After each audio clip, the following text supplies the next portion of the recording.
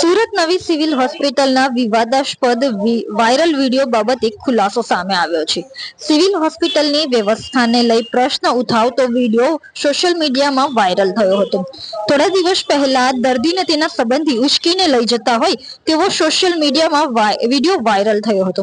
Viral video બાબતે civil હોસ્પિટલના ઉચ્ચ અધિકારીઓ દ્વારા ચોંકાવનારો ખુલાસો કરવામાં આવ્યો છે. દર્દીની હાલત જોઈ સંબંધી ભાવુક થઈ જતા સારવારના ડોક્યુમેન્ટની પ્રક્રિયા પૂર્ણ થાય તે પહેલા જ તેઓ તેમને લઈને જતા રહ્યા હતા.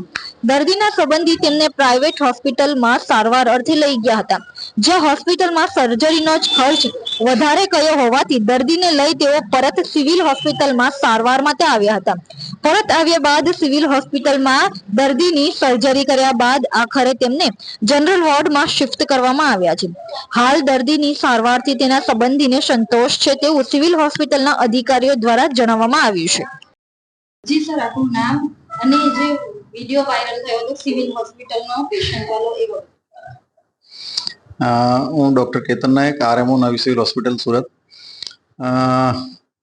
હાલમાં જ કમનસીબ એક વિડીયો વાયરલ થયો હતો, તેનાથી સિવિલ હોસ્પિટલની બેદરકારીની બાબત એમાં દર્શાવેલ હતી.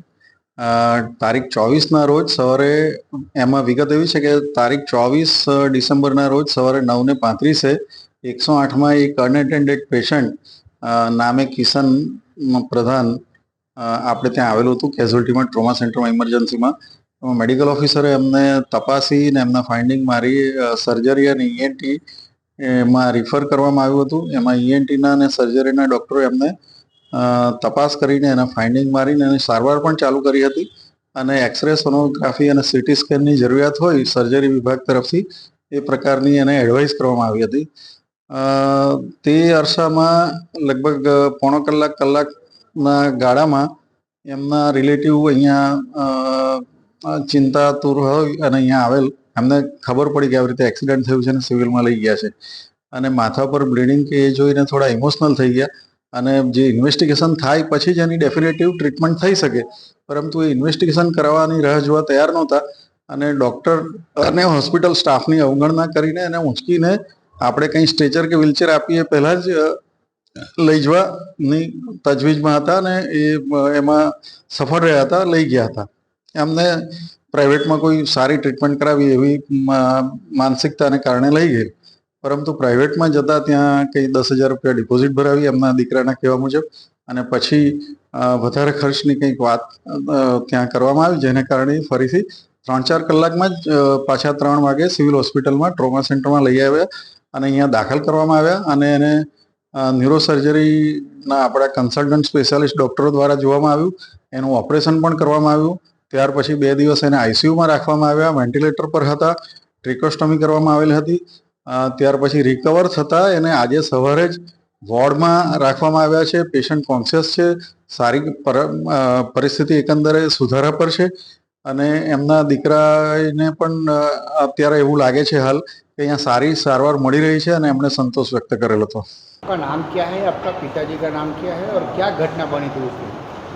जी नमस्कार, जय सियाराम। मेरा नाम है मोहन प्रधान, मेरा पिता का नाम है किशन प्रधान और मैं अपना पापा सूरत आया था घूमने के लिए मेरे साथ।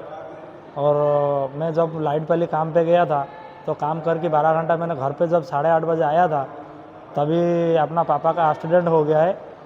उनका मोबाइल से कोई एम्बुलेंस की गाड़ी वाला कोई फ़ोन किया है, कोई पब्लिक भी फ़ोन किया है।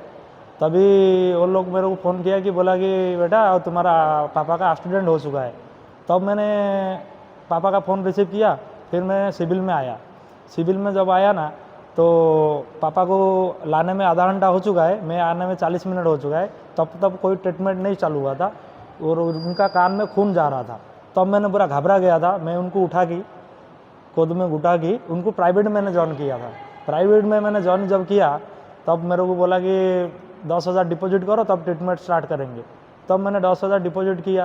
10,000 डिपॉजिट करने के बाद जब उनका सिटी स्कैन निकाला तब मेरे को बोला कि 2 लाख जब देंगे तुम्हारा पापा का ऑपरेशन होगा। तो मेरे पास 2 लाख नहीं था। फिर वो डॉक्टर मेरे को सिविल में फिर पहुंचाया। उस दिन ट्रीटमेंट हो रहा था, ऐसा नहीं हो रहा था? डॉक्टर का ऐसा बोल रहा है कि वहाँ ट्रीटमेंट चालू था और सीटी स्कैन के लिए भेजना था, सोगा नहीं था, इसके लिए वहाँ पे ऐसा पड़ा था, ऐसा कुछ था? नहीं, उनका कुछ मतलब वो ऐसा बोला कि उनका लिखने का है, केस करने का है, हाँ, फिर कुछ लिखने का है, तो ये करने का है। तो मेरे को भी सिविल के बारे में कुछ पता नहीं था, क्योंकि पहली बार मैं सिविल आया हूँ। मेरे को क्या पता था, क्यों कोई पेशेंट का एक्सीडेंट होता है तो तुरंत इलाज किया जाता है, क्योंकि उनका सीरियस में था, कान में खून निकल रहा था, इसके लिए मैंने उनको गोद में उठा के लेके गया था। अभी ये इलाज बराबर चल रहा है, स्टाफ बराबर सहयोग कर रहा है? हाँ, अभी तो 6 दिन कोमा में था, अब ऊपर आइस में था 6 दिन। अभी आज सोमवार है, सोमवार में अपना रात को 2:30 बजे अभी आया है ये उधर जनरल बॉगी में। यहाँ पे स्टाफ बराबर सपोर्ट कर रहा है? नहीं, स्टाफ के बारे में नहीं बता सकता हूँ, क्योंकि आज आया हूँ मैं, और स्टाफ बोल रहा है कि मेडिसिन भी तुमको ही देना पड़ेगा। कैसा देना पड़ेगा, आप हम लोग तो इसका ट्रेनिंग नहीं लिया है, क्योंकि हम लोग काम धंधा करने वाला आदमी है, इसका नॉलेज हम लोग को नहीं है।